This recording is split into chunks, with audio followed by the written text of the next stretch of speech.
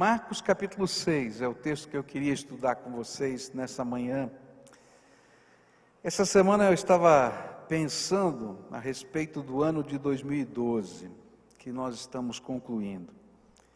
E eu tenho que falar assim, que ano foi 2012? Foi um ano repleto na minha vida de contrastes, de momentos em que eu podia me sentir lá no alto da montanha e outros lá no fundo do vale, e onde alcançamos grandes vitórias, em todos os sentidos, mas também grandes batalhas.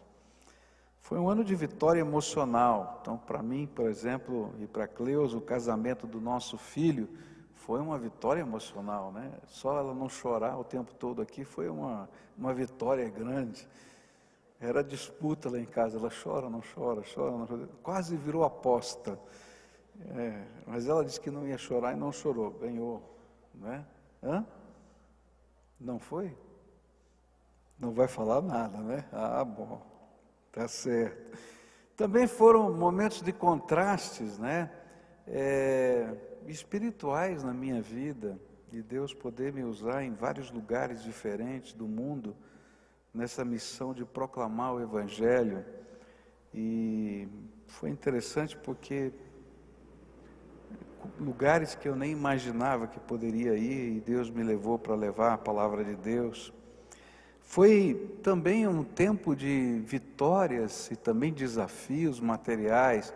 E se a gente chega aqui e vê, né, o que Deus fez esse ano na obra da construção, barbaridade, louvado seja o nome do Senhor.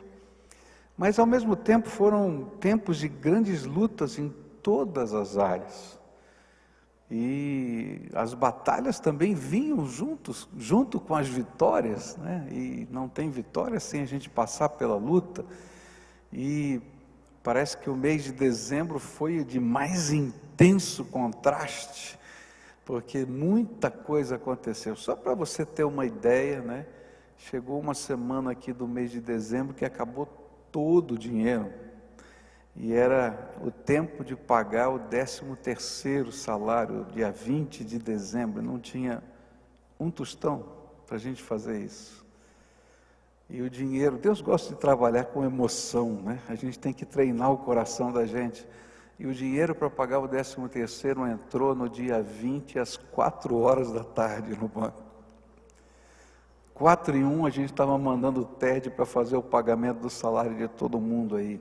Estava todo mundo assim, o que é que vai acontecer, como é que vai ser? Mas Deus é fiel, né? 4 horas da tarde. Ele podia ter mandado às 9 da manhã, 10, né? Mas 4 da tarde, foi aquela emoção o dia todo, o que é que vai acontecer, como é que vai ser. E aí, quando a gente olha para essa história que está colocada aqui no capítulo 6 do Evangelho de Marcos, e foi muito interessante, porque eu estava orando por esse ano, lembrando desses fatos, e Deus me levou a estudar o capítulo 6 de Marcos, enquanto eu estava orando. E à medida que eu ia lendo, parece que eu via a história dos discípulos refletida num cenário diferente na minha própria vida. E eu percebi que nesse capítulo, Marcos tenta nos mostrar como Jesus estava fortalecendo a fé dos seus discípulos em meio à jornada da vida, através de desafios espirituais que envolviam diferentes áreas da vida deles. E por isso eu gostaria de tentar aprender, junto com os discípulos, como os desafios de Jesus no meio da jornada da nossa vida ajudam-nos a compreender o sentido da fé e a entender a vontade de Deus para a nossa vida. E o primeiro desafio, se você olhar o capítulo 6, você vai encontrar vários desafios de Jesus para os discípulos. E eu quero começar a olhar para esses desafios. O primeiro deles você vai encontrar a partir do versículo 7 até o verso 13, onde a Bíblia diz assim, Marcos capítulo 6, a partir do verso 7 até o verso 13.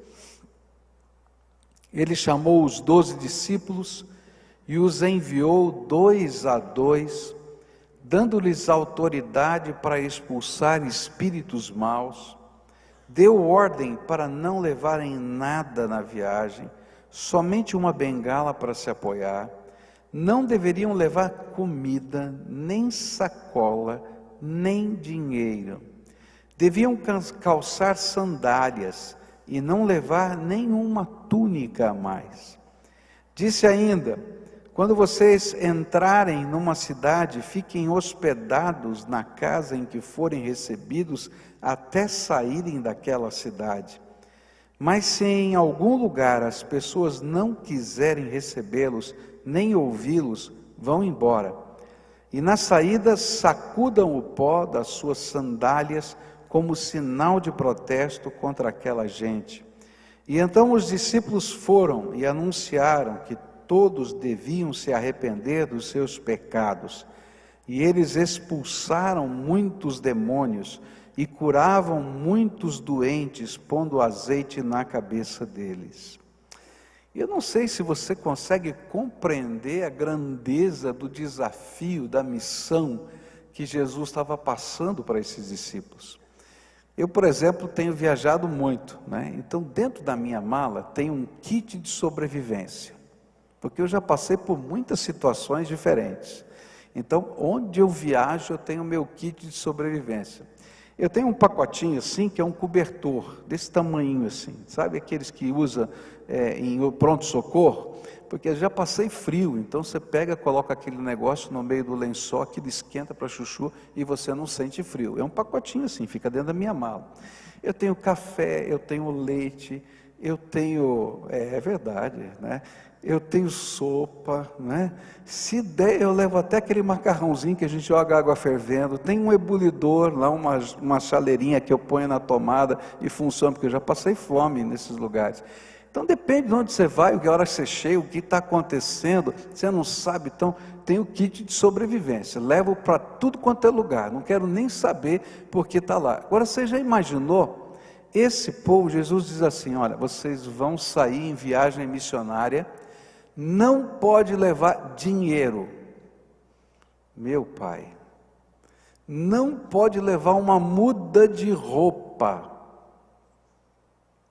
Você pode levar a roupa do corpo, uma sandália e uma bengala para você se apoiar, porque vai andar muito. Bom, já seria um grande desafio. Mas ele não parou aí. Ele disse assim: olha, vocês onde chegarem, vocês expulsem os demônios. Eles já tinham visto Jesus expulsar vários demônios, mas eles nunca tinham expulsado um demônio. Já pensou? Eu chego para você hoje e digo assim: ó, você vai expulsar um demônio ali na rua tal, número tal. Vai? Está pronto? Graças a Deus que alguns vão, né? Porque Jesus está mandando, vai. Tá? Aí ele disse assim: olha, quando vocês virem um doente, vão lá em nome de Jesus, no meu nome, vocês vão lá e curem. Misericórdia, que coisa complicada.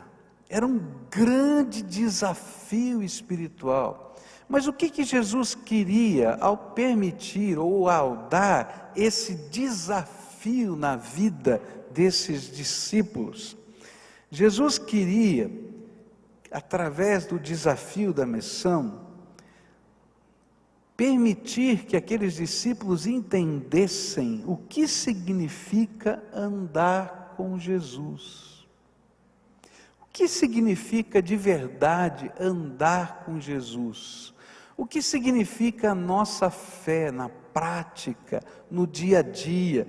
E ele queria que eles aprendessem não apenas um sermão, uma teoria, mas ele estava agora fazendo um momento em que eles tinham que interiorizar, colocar para dentro de si, da sua alma, o significado de andar com Jesus. E a primeira coisa que eles vão aprender é que andar com Jesus é viver debaixo de uma unção que é a autoridade delegada do Mestre, e não meramente a repetição de rituais litúrgicos. O que Jesus estava dizendo é o seguinte: há um poder maravilhoso, que está fluindo do céu e que está vindo na sua direção, porque você está andando com Jesus, porque o nome de Jesus foi colocado sobre a tua vida, porque o Espírito Santo selou o teu coração, e esse poder não é teu, não vem da tua força, da tua inteligência, da tua capacidade ou do teu treinamento, é graça de Deus, poder de Deus delegado do céu, é dele, e ele está oferecendo para a gente. Então, quando aqueles discípulos começaram a sair, eles ficaram admirados, porque eles conheciam que eles não tinham poder nenhum, mas eles encontravam um endemoniado, e eles repreendiam em nome de Jesus. E o que acontecia?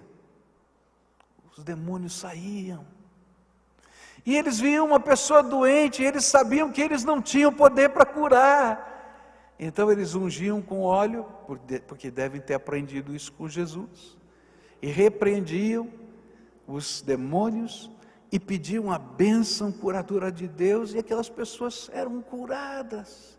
E aí aqueles discípulos ficaram admirados com aquilo que estava acontecendo com eles, porque não era natural, e não vinha deles, mas era graça de Deus, e poder delegado do céu a favor deles.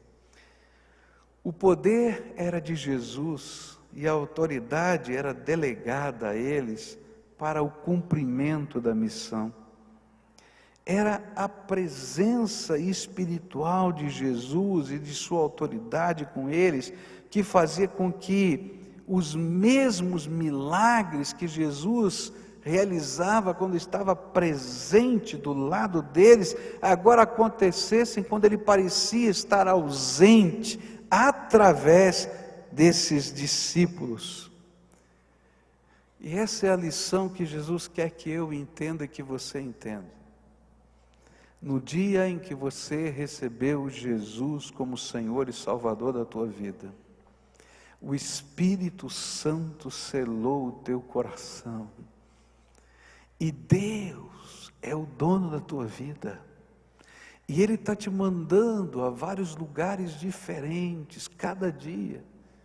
Ele te manda para o seu trabalho, Ele manda lá para o seu condomínio, Ele manda para uma viagem missionária, Ele manda você porque Ele é o Senhor da tua vida. E esse Senhor colocou sobre você uma graça para você repartir com outras pessoas a respeito do poder e da misericórdia do Senhor. E a luta que aqueles discípulos tinham que viver era essa: eu sei que eu não posso, mas eu sei que posso todas as coisas naquele que me fortalece. E todo dia eles tinham que dizer para eles mesmos: eu sei que não posso, mas eu sei que posso todas as coisas naquele que me fortalece. Queridos, é assim que Deus trabalha conosco. Ele coloca para a gente desafios de fé, Ele nos dá uma missão para cumprir. Se você não sabe qual é a missão que você tem para cumprir na tua vida, então eu quero desafiar você a falar com o Pai, porque o Pai vai revelar a você a tua missão. E quando Ele lhe der a sua missão, pode ter coragem, porque você não vai agir no teu nome, mas você vai em nome de quem? De Jesus. E o poder dEle, a autoridade dEle, a força dEle vão se revelar na sua vida.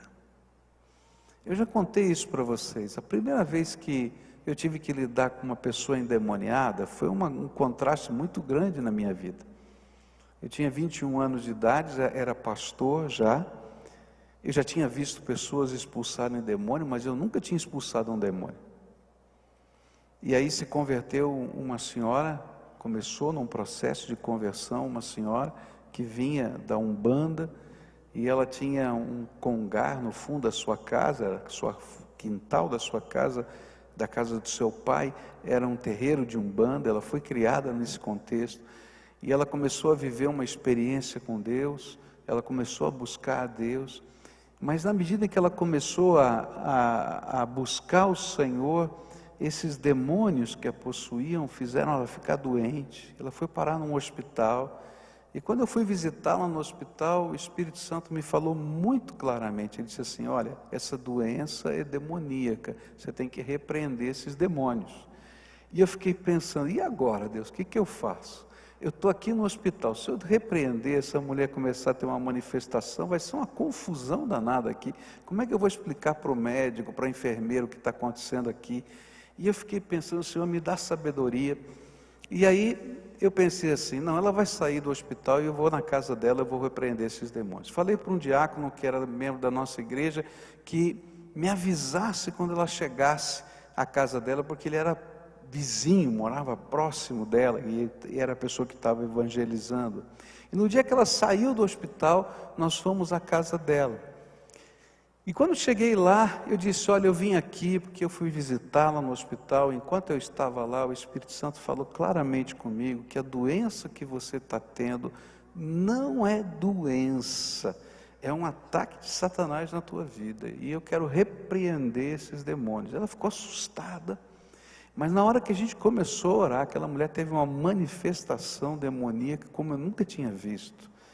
Ela começou a rolar por cima dos móveis da sala dela. Ela pulou, assim, não dá para explicar. Ela pulava de um lugar para o outro, assim, rolava. E eu falei: nossa Senhor, ela vai se machucar assim, do jeito que eu estou falando. Eu não estava entendendo nada, eu não sabia nada, nunca tinha feito curso de nada. Eu disse: Senhor, ela vai se machucar toda, tenha misericórdia, manda os teus anjos amar essa mulher aqui, para ela não se machucar.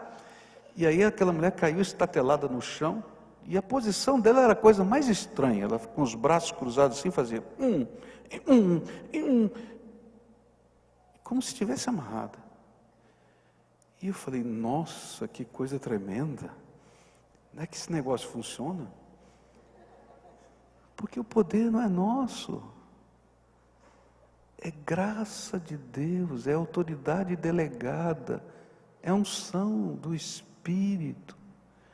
E aí, eu me lembro que ela estava deitada no chão, eu me reclinei para ela, e falei: e agora, o que eu faço? Não sei. Aí falei bem baixinho no ouvido dela, que esse é meu jeito. Falei: em nome de Jesus, pode sair dela agora. E eu fiquei impressionado, porque essa palavra era como se ecoasse no universo, e aquela mulher foi liberta naquele dia pelo poder de Jesus. Eu creio que os discípulos sentiram o que eu senti. Eu saí daquela casa e disse: o que aconteceu aqui? E eu só podia glorificar Jesus, porque eu sei quem eu sou. Eu sou um pecador. Eu não posso absolutamente nada, eu não tenho estrutura nenhuma, mas a graça de Deus vem sobre a vida de pecadores que foram lavados no sangue do Cordeiro. E é nessa graça, é nessa autoridade delegada que Deus nos envia para toda e qualquer missão. É esse o Senhor que nos guia. Quando coloca um desafio para a gente, Ele está derramando graça. Eu não sei, eu não posso, eu não consigo, é verdade, mas eu vou em nome daquele que é o Todo-Poderoso, e Ele pode. Essa é a palavra de Deus para nós aqui. E aqueles discípulos estavam aprendendo que viver a fé, andar com Jesus, é viver debaixo de uma unção que é a autoridade delegada do Mestre, e não meramente repetição de rituais litúrgicos.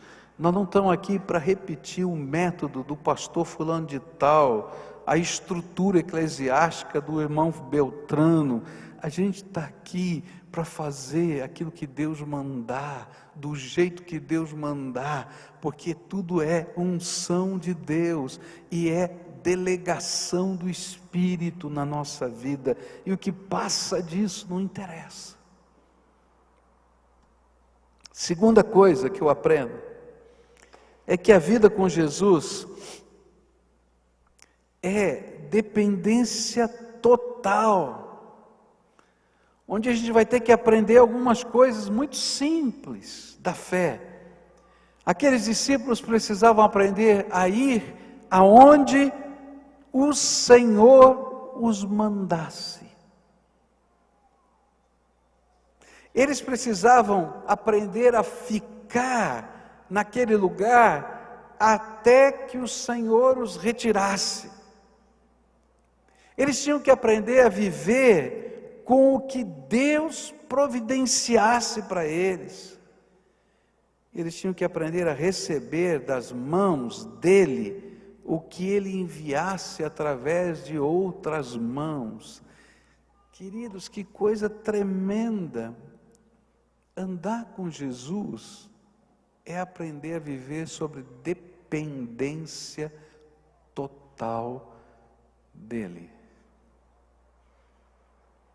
Dependência total dele. Sabe por que às vezes Deus dá uma chacoalhada no cenário da nossa vida? É porque essa é uma lição que Ele já ensinou desde o primeiro dia que você recebeu Jesus como Senhor e Salvador. Que se você não depender dEle totalmente, você está perdido.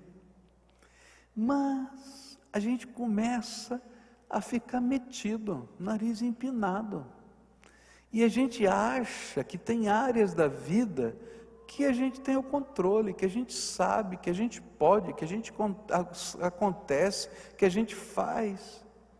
E aí o Senhor diz: então fica aí um pouquinho sozinho para ver se você pode. E aí a gente descobre que a gente não pode absolutamente nada. E aí a gente tem que aprender a depender exclusivamente dEle. Queridos, Deus está agindo, e Ele está abençoando a minha vida e a tua vida. Mas Ele quer que a gente entenda que nós dependemos exclusivamente dEle. E que todos os movimentos da nossa vida devem ser um reflexo dessa dependência exclusiva, total, inabalável do Todo-Poderoso. Você já pensou? Eles tinham que depender de Deus para comer, porque eles não podiam levar nem uma bolsa para guardar algum tipo de doação para o próximo momento de comida, porque era proibido levar bolsa. Ele só podia carregar o que coubesse nas mãos. Ele tinha que crer que Deus que deu o suprimento agora, vai dar daqui 3 horas. E ele não tinha dinheiro no bolso para parar no mercado, não. Ele tinha que crer no suprimento de Deus. É interessante que não foi todo o tempo de missão e todo instante de missão que eles tiveram que viver assim. Os 3 anos de ministério com Jesus não foram todos eles assim, mas nesse o Senhor estava dizendo: eu sustento vocês.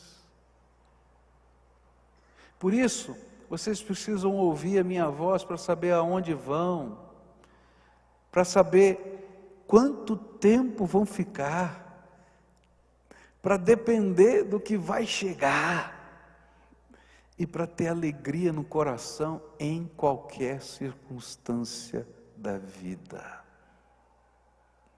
Meus queridos, a nossa alegria não vem do que você pode carregar numa bolsa. A nossa segurança está na mão do Senhor. Deus não está ensinando a gente a não ser previdente. Não. O que Ele queria era que aqueles discípulos entendessem a lição básica. Você depende de mim. Eu sou o Senhor da tua vida. E se você não depender total e exclusivamente de mim, você está perdido. Porque sou eu quem abençoa a tua vida todos os dias. Quantas vezes na minha vida Deus teve que me ensinar que eu não dependo de nada a não ser da graça do Senhor na minha vida. E o interessante é que Ele tem que repetir essa lição comigo várias vezes. Eu não sei com você, mas eu tenho que aprender de novo e de novo. E quando eu estava olhando e estava estudando esse texto, eu tive que dizer, obrigado, Senhor, porque o Senhor me deu um dezembro cheio de emoções. Porque, Senhor, a gente só pode fazer o que o Senhor quer que a gente faça, na unção do Senhor. E para fazer o que o Senhor quer que a gente faça, a gente só pode depender exclusivamente do Senhor. E então, às 4h da tarde do dia 20, de um meio que a gente não esperava que fosse o meio, Deus deu uma solução melhor do que aquela que a gente já tinha pensado. Como se estivesse dizendo, sou eu. Não é mais ninguém. A graça vem do Senhor. E quando a gente aprende, e reaprende, e aprende de novo, porque é interessante, parece que muda o cenário, e a gente tem que aprender a lição de novo, porque a essência não ficou guardada no nosso coração. Sabe o que é que me levou a estudar Marcos capítulo 6? Foi a história de Jesus andando pelas águas, e os discípulos amedrontados, e aí Marcos chega no final e diz assim, eles não tinham entendido o milagre da multiplicação dos pães. E eu fiquei pensando, o que é que tem a ver multiplicação com os pães, com a tempestade no meio do mar, da Galileia? Não estou entendendo nada. E aí comecei a ler tudo de novo, para ver se eu entendia. Porque lá no fundo, eles não tinham entendido quem era Jesus. E quando a gente entende quem é Jesus, o Senhor da nossa vida, tem que mudar a perspectiva da nossa confiança. E era isso que Jesus estava tentando ensinar para os seus discípulos, quem Ele era. Ele era o Senhor, o Salvador, o supridor da nossa vida. A terceira coisa que eu aprendo com esse texto é que a nossa mensagem sempre precisa ser um chamado ao arrependimento e à fé em Jesus. O que eles tinham que anunciar é que o reino de Deus tinha chegado aos pecadores, mas esse reino estava transformando a vida desses pecadores, libertando-os do poder de Satanás, curando-os das suas enfermidades e dando a eles uma nova compreensão do que significa andar com Deus. E esta mensagem era demonstrada pelo poder e pela graça. Por isso, as pessoas não podiam permanecer da mesma maneira como se encontravam antes de ouvir essa mensagem. Há uma mensagem que Deus quer que eu pregue, que você pregue. É uma mensagem que nos leva, ou leva as pessoas a viverem o que nós estamos aprendendo a viver. É que somos pecadores, que não temos todo o poder nas nossas mãos, que dependemos da graça de Deus e que somos tolos se não buscarmos essa graça. E essa mensagem precisa ser autenticada por aquilo que Deus está fazendo na nossa própria vida. Sabe por que todos nós somos convocados por Deus a anunciar a mensagem da fé? Não tem ninguém que seja isento dessa responsabilidade, porque essa graça tem sido derramada sobre a sua vida, e a maior mensagem não é aquilo que você fala, mas é a demonstração desse poder e dessa graça transformando a tua própria vida. Você é a visualização do que Deus está fazendo. E quando você ora, Deus está confirmando a palavra que você está anunciando através da resposta daquela oração. E quando você repreende Satanás, ele confirma aquela mensagem, libertando as pessoas cativas só por causa do poder dele delegado sobre a tua vida. E o que Jesus queria que nós entendêssemos é que nós temos uma mensagem, e essa mensagem é a mesma que a gente precisa viver: arrependimento e fé, andar com Jesus em todos os momentos da vida, conhecer o poder dele mais do que praticar uma liturgia, descobrir a grandeza da riqueza de Deus que está sendo derramada sobre nós. E se a gente não consegue entender, nem viver, então não vai pregar. Agora, se você está entendendo e está vivendo, você não consegue parar de falar. Então é muito fácil saber se você está entendendo e está vivendo, porque a Bíblia fala que a boca fala do que está cheio o coração. Então é muito fácil a gente saber do que está cheio o nosso coração. Do que é que você mais fala? Olha, se você só está criticando os outros, você está cheio de amargura. Não é verdade? Se você só fala de shopping, você está cheio de futilidade. Se você só fala de futebol, nem vou falar, porque agora tem um pecado maior ser corintiano, né? Estou brincando. Esse é despeito de palmeirense. Gente, do que a tua boca está cheia? Você está falando? Você só fala de dinheiro. Do que você está falando? Querido, se você está aprendendo a andar com Deus, e você está experimentando o poder de Deus, e as coisas surpreendentes de Deus estão acontecendo na tua vida, você só vai falar da graça. E sabe, você não vai só falar, você vai viver, você vai experimentar, você vai demonstrar, você vai ser a prova viva de que essa graça funciona. E às vezes a gente tem que dar uma parada para olhar do que está cheio do nosso coração. E o Senhor Jesus estava trabalhando com seus discípulos para ver as lutas internas deles. Mas quando eles voltaram da missão, eles não paravam de falar. Olha lá para o texto. Eles estavam assim estupefatos por verem o poder de Deus e a graça de Jesus. Do que está cheio o teu coração, filho? Porque você se torna a mensagem do que está cheio o teu coração. E Jesus está dizendo: olha, deixa a mensagem que enche o teu coração ser a mensagem da vida eterna, do poder de Deus e da graça. Como? Busca. E quando a gente busca, a gente encontra. E Deus derrama a graça sobre nós. Eu quero caminhar para o final dessa primeira parte aqui.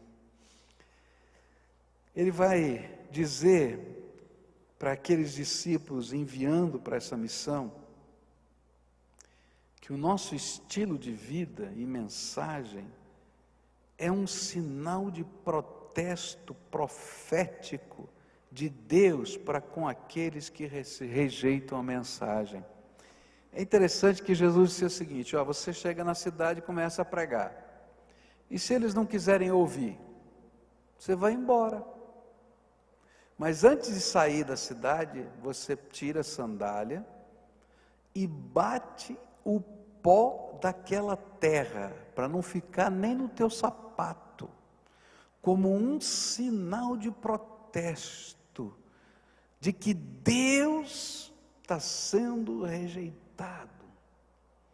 E o que ele está dizendo é que toda vez que a gente estiver anunciando a mensagem do Evangelho, mesmo que sinais e maravilhas aconteçam, vai ter gente dura de coração que não vai querer ouvir.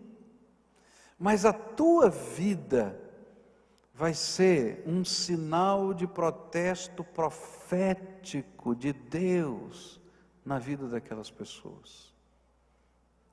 Porque a Bíblia diz que elas se tornam indesculpáveis por rejeitarem o poder salvador de Jesus.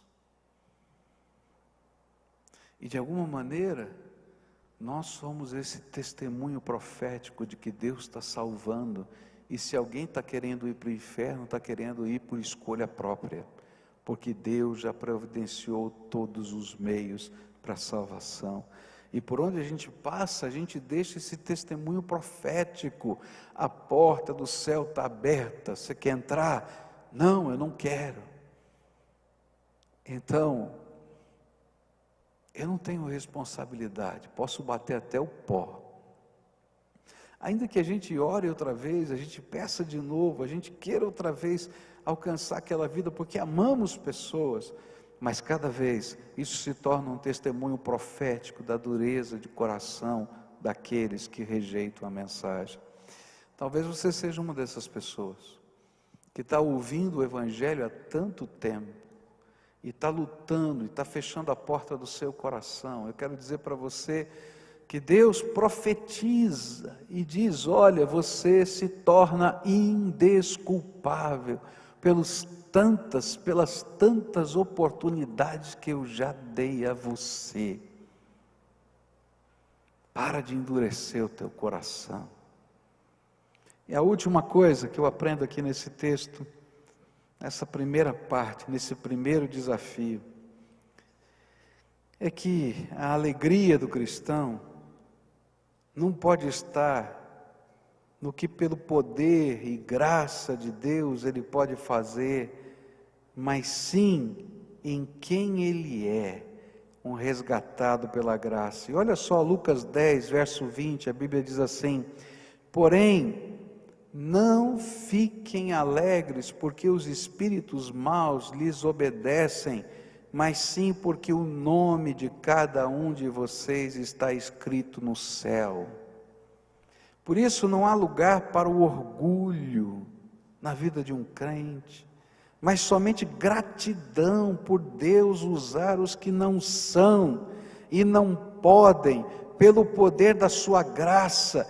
E foi por isso que Jesus louvou o Pai, no capítulo 10 de Lucas, texto paralelo de Marcos 6, verso 21. Naquele momento, pelo poder do Espírito Santo, Jesus ficou muito alegre e disse: ó Pai, Senhor do céu e da terra, eu te agradeço porque tens mostrado às pessoas sem instrução aquilo que escondeste dos sábios e dos instruídos. Sim, ó Pai, tu tiveste prazer em fazer isso. Ele está dizendo: não tem lugar para orgulho. Você está pensando que você é alguma coisa? Você é só aquele que foi alcançado pela graça, mais nada. E se você quer se alegrar em alguma coisa, não se alegre nos seus feitos, mas se alegre em quem você é. Escrito teu nome está no livro da vida. Filho do Deus vivo, adotado pelo poder da graça, salvo por Jesus, quem a misericórdia de Deus foi derramada sobre a sua vida. Por quê? Porque essas histórias, esses feitos, se desvanecem diante da grandeza do Senhor que nos tem dado a sua graça. Tudo mais vai passar. Vai passar. Mas aquela palavra de vida eterna escrita no livro da vida nunca vai passar por toda a eternidade. Nessa manhã eu queria orar com você e quero convidar você para estar hoje à noite conosco. A gente vai ver o segundo desafio, o desafio da multiplicação dos pães. E a gente vai ver naquele desafio o que significa andar com Deus novamente. Vai mudar o cenário e Deus vai ter que mostrar, Jesus vai ter que mostrar de novo. É interessante como é isso. E no dia 31 eu quero falar sobre Jesus andando sobre as águas. E a gente vai falar sobre esse tempo que a gente pode andar sobre as águas. Mas são desafios de Deus para a nossa vida. Não é tão fácil andar sobre as águas, não. Mas hoje eu queria falar com você.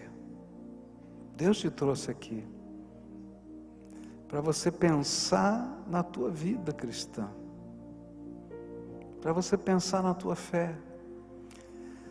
Certamente ao longo desses tempos de vida, especialmente no 2012, mas ao longo da tua vida, desafios de Deus têm surgido sobre você. E esses desafios têm um propósito: te ensinar a essência do significado de andar com Jesus. Alguns momentos, a gente está até andando sobre as águas. Outros momentos, a gente afunda rapidamente. Mas em todos os momentos, eu posso gritar: Jesus me salva. Tenha misericórdia de mim. Transforma os meus valores. Mexe na minha história. Toca o meu coração.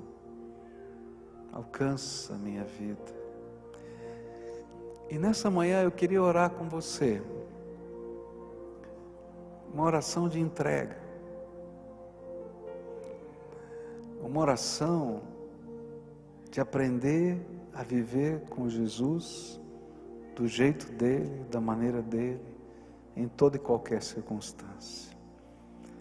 Talvez você esteja no meio de um deserto, sem a troca de roupa,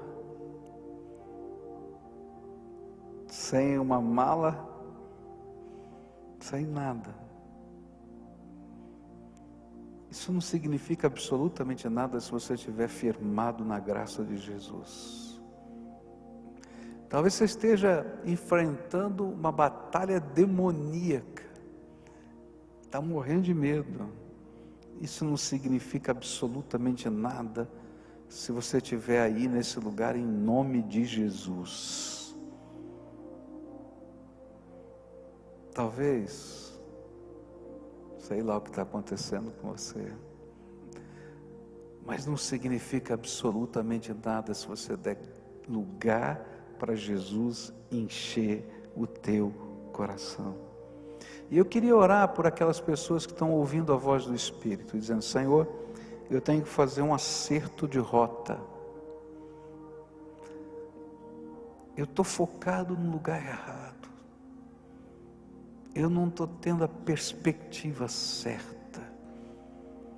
Eu preciso da tua graça, eu preciso da tua unção. Por isso, eu vou dar os passos da entrega.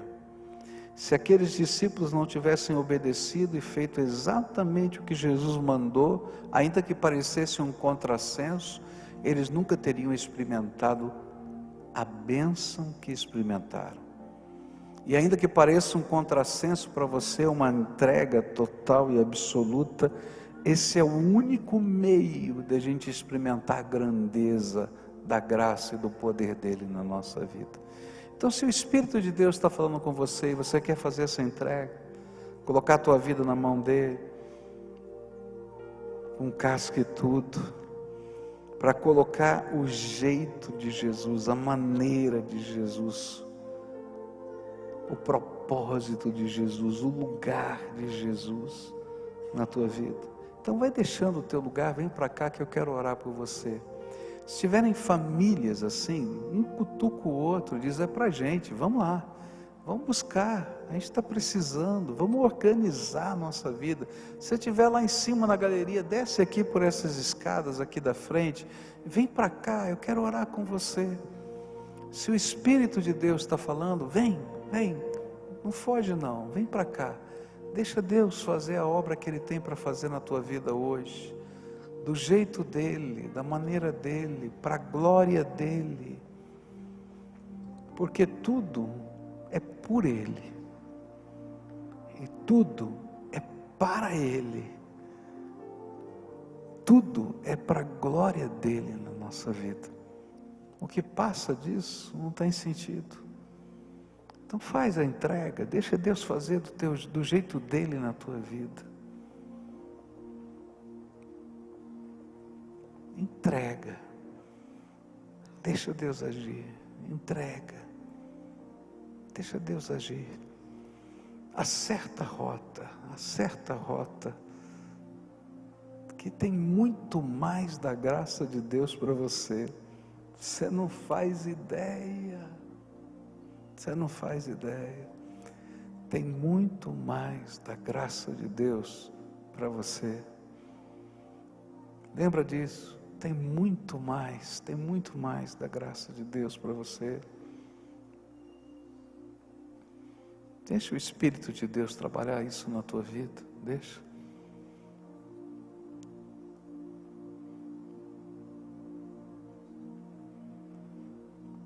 A gente vai orar juntos agora, tá? Enquanto o Senhor estava ministrando na tua vida, o Espírito Santo de Deus mexeu em alguns pontos específicos. Esses eu não sei, só você sabe. Porque revelação do Espírito, o Espírito fala com você, não fala comigo, ele fala com você. Ele foi lá e mexeu em alguns pontos muito específicos que na tua mente eles estão claros. Esses são os primeiros que têm que ser entregues. Porque esses são os nossos pontos de resistência. A gente não quer que Deus mexa, a gente luta com Deus, e muito provavelmente são áreas que Deus está lutando com você há muito tempo. Está entendendo? Então agora, antes de eu orar por você, faz a entrega e diz: Senhor, eu ouvi a tua voz, o Senhor mexeu com isso. Eu quero dizer para você que esses são só as primeiras coisas, porque Deus quer toda a tua vida, Ele não quer só um pedaço. Ele vai pedir para você colocar toda a vida no altar, mas esses são os pontos de resistência. Então vamos depor as nossas armas hoje, tá? Eu não sei o que é, a dor que está no teu coração, a lembrança, o momento, a história, o contexto, você sabe, só você e Deus sabe. Então agora é a tua oração, faz a tua entrega. Senhor, eu ouvi a tua voz, o Senhor me falou isso, eu entendi. E aí você vai usar a tua boca baixinho, só para você e Deus, e diz: Senhor, estou colocando isso aqui nas tuas mãos, estou entregando. Fala com Ele.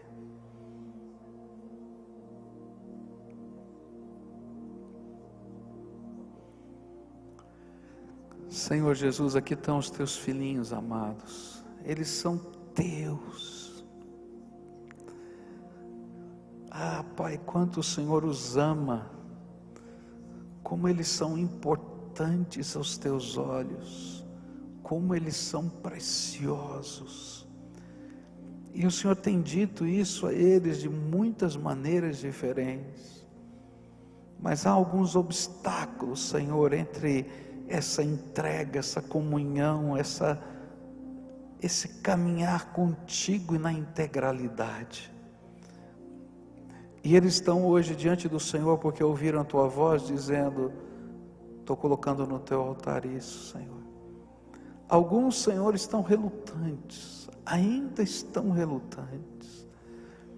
É como se a gente fosse colocar algo tão precioso e a mão da gente tremesse. Eles estão assim. E eu quero te pedir agora, Senhor, vem com as tuas mãos santas e segura nas mãos deles. E ajuda o Senhor a depositar no teu altar estas coisas que são focos de luta e resistência. E eu quero te pedir, Senhor, vem agora, vem e abra as janelas dos céus e derrama sobre esses teus filhos aquela unção que é graça do alto, que é favor imerecido, que é poder do Espírito, que é alegria de salvação, que é fonte de vitória, e que eles sejam revestidos agora da unção do teu Espírito, e que a alegria do Senhor, e o sopro do Senhor, e o poder do Senhor se revelem na fraqueza deles, e que eles sejam envolvidos pelo teu abraço, que eles sejam sustentados pela tua mão, e que eles aprendam a viver um dia de cada vez, quem sabe sem a bolsa, quem sabe, Senhor, só com a roupa do corpo, mas supridos pela tua graça. Ó Pai, revela o teu poder.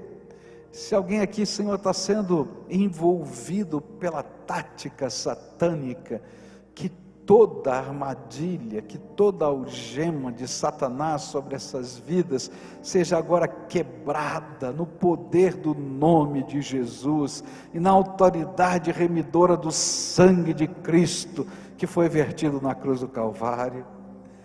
E que esse tempo, Senhor, seja o tempo, Senhor, em que essas correntes se arrebentem e que eles possam até ouvir o barulho das correntes se arrebentando, e que eles possam sentir a graça de Jesus.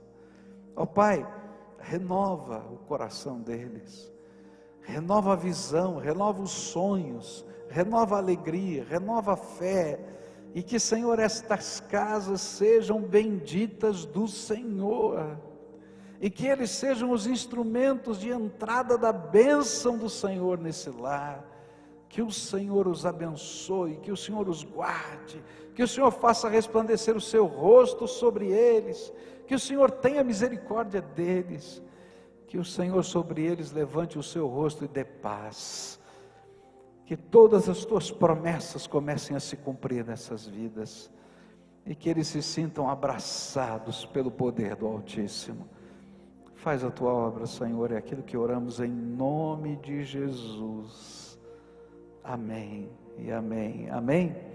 Dá um abraço a quem está perto de você e diz: olha, Jesus ouviu a nossa oração, Ele vai fazer alguma coisa nova, eu não sei como, mas eu creio, tá? Pode voltar para o seu lugar, na graça e na paz de Jesus. Fica de pé agora, todo mundo, dá a mão para quem está perto de você, tá? Isso, dá a mão aí, povo de Deus, nós vamos encerrar o culto juntos aqui. Hoje à noite, eu quero falar para você sobre o desafio da multiplicação dos pães. Estavam preocupados com dinheiro, estavam preocupados com um monte de coisa, e Jesus estava lá ensinando outra coisa tremenda sobre o que significa caminhar pela fé. Eu quero ver você aqui. E olha, dia 31, você não pode perder, nosso culto de vigília. Nós vamos falar sobre andar sobre as águas. Jesus quer te ensinar a andar sobre as águas dessa vida, no meio das tempestades, e a gente vai estar junto, tá bom? Adoremos ao Senhor juntos aqui. Quando essa música terminar, nós vamos orar mais uma vez, e aí o culto vai terminar. Tu não és um Deus criado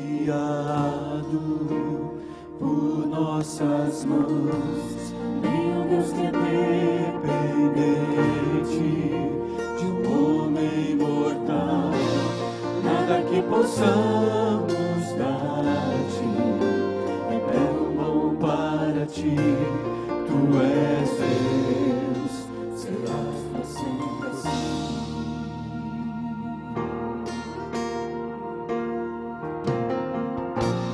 Tu não és um Deus criado por nossas mãos,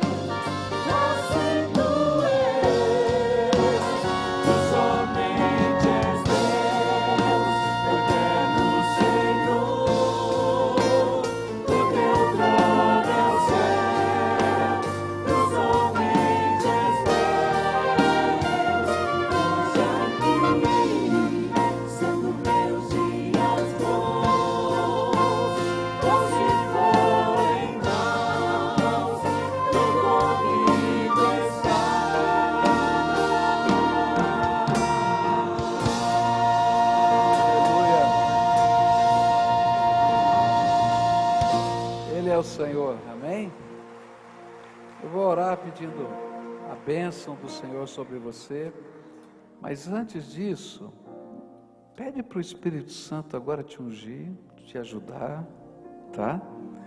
Porque talvez Ele possa usar a sua boca hoje para abençoar alguém, não é verdade? Quem sabe tem alguém aqui do teu ladinho que precisa ouvir uma palavra, e Deus vai colocar essa palavra de carinho, de afeto, de bênção na tua boca. E agora olha para trás, olha para frente, olha para o lado, você escolhe, e diz alguma palavra que Deus coloca no teu coração para a vida dessa pessoa. Olha, eu gostaria de desejar isso em nome de Jesus para você. Fala para essa pessoa, tá? Eu gostaria de desejar. A gente não deseja um feliz ano novo? Então deseja algo melhor. Fala alguma coisa que está no teu coração para essa pessoa. Fala. Agora oremos juntos agora. Que a graça de nosso Senhor Jesus Cristo, o amor de Deus, o nosso Pai, e a comunhão e as consolações do Santo Espírito de Deus estejam com todos nós aqui, com o povo de Deus espalhado pela face da terra, hoje e sempre. Amém e amém. Vamos na graça e na paz de Jesus.